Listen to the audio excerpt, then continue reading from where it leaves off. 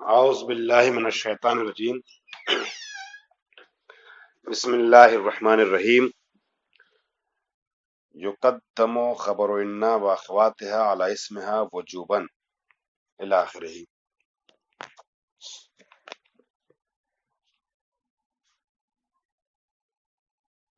ہماری گفتگو مبادی میں چل رہی ہے، مبادی جلد 4 اور انا اور اخوات انا کا تذکرہ ہے، لیکن اس کے پہلے آپ کے ایک سوال کا میں جواب دینا چاہوں گا جو میں نے وعدہ کیا تھا کہ آپ میں سے کسی نے گزشتہ ترم کے اس آخری درس کو میرے پاس بھیجا تھا سوال کو عنوان سے کہ جو میں نے پڑھایا تھا اور اس میں افعال مقاربہ کا جو آخری حصہ تھا، آخری پیراگراف، وہ جلدی میں پڑھایا تھا تو بات آپ تک واضح نہیں طور پہ پہنچ پائی تھی، لہٰذا میں چاہتا ہوں کہ اس کو دہرا دوں تاکہ جس نے سوال کیا اس کے علاوہ بھی اگر کسی ضرورت ہو تو حل ہو جائے۔ یہ 215 نمبر صفحہ ہے، تمرین نمبر 96 کے پہلے والا پیراگراف جو فوائد بتائے ہیں، مسئلہ نمبر 371 کے فوائد میں تکون و عصا و شکا، ٹھیک ہے، اس فوائد میں فائدہ نمبر 1 پھر فائدہ نمبر 2 مل گیا آپ میں سے کچھ لوگوں کو؟ صفحہ نمبر میں نے بتا دیا۔ خوب، تو اب فائدہ نمبر 2 ہم پڑھ رہے ہیں۔ متا اتصلا بعصا، جب عصا سے متصل ہو جائے، توجہ رکھیے گا تو 1 منٹ میں بات ختم ہو جائے گی اور سمجھ میں آ جائے گی آپ کے، ورنہ ذرا سا کنفیوزنگ ہے، پورا درس بھی پڑھا دوں تب بھی نہیں سمجھ میں آئے گی بات، توجہ سے سنیے گا۔ متا اتصلا بعصا، جب عصا سے متصل ہو جائے، عصا فعل مقاربہ میں ہے، عصا سے اور آپ کو پتا ہے کہ عصا کون سا عمل کرتا ہے؟ اپنے اسم کو رفع اور خبر کو نصب۔ خوب، تو جب اس عصا سے متصل ہو جائے ضمیر منصوبی، جیسے عصا کا ضمیر منصوبی ہے، عصا ہو ضمیر منصوبی ہے، تو بقیت علی عملها من رفع الاسم و نصب الخبر، تو ہو سکتا ہے ضمیر منصوبی کے متصل ہونے کو دیکھ کر کے کوئی یہ سوچے کہ اس عصا نے اس کو منصوب کیا ہے، اور جب عصا نے منصوب کیا تو سوال ابھرے گا عصا نے کیسے منصوب کر دیا اپنے اسم کو؟ عصا تو مرفوع کرتا ہے۔ تو فرما رہے ہیں ضمیر منصوبی کے متصل ہو جانے کا مطلب یہ نہیں ہے کہ عصا نے اپنا عمل ترک کر دیا، بلکہ عصا اپنے عمل پہ باقی ہے۔ ظاہراً یہ ضمیر منصوبی متصل ہوئی ہے، مگر اپنا عمل عصا کا باقی رہے گا، چونکہ یہ ضمیر مبنیات میں سے ہے، اس میں رفع و نصب و جر ظاہر تو ہوتا نہیں ہے، جو بھی ہو محلن ہے، ٹھیک۔ تو اب عصا اپنے عمل پہ باقی ہے، یعنی اسم کو رفع دے گا اور خبر کو نصب دے گا، تو دیکھنے میں ضمیر منصوبی ہے، لیکن حقیقت میں یہ ضمیر منصوبی جو ہے وہ عصا کی وجہ سے محلن کیا ہے؟ مرفوع ہے۔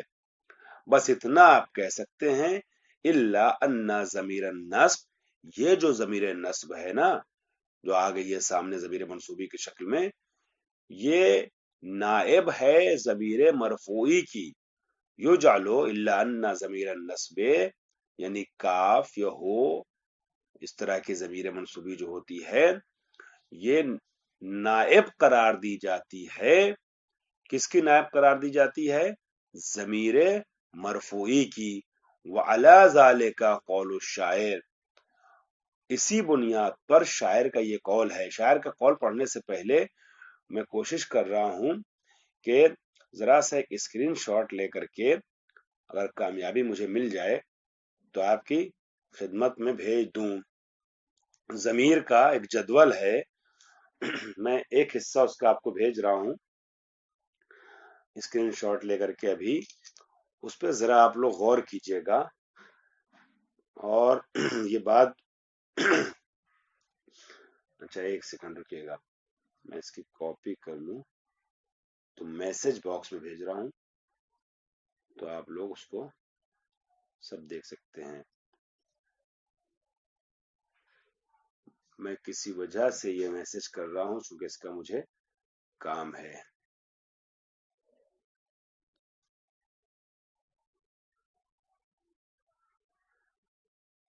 یہ پتہ نہیں کیوں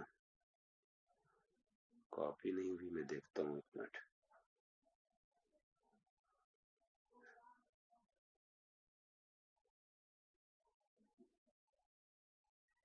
کاپی فوٹو پیسٹ ہونا چاہیے میسج بار میں جا کے۔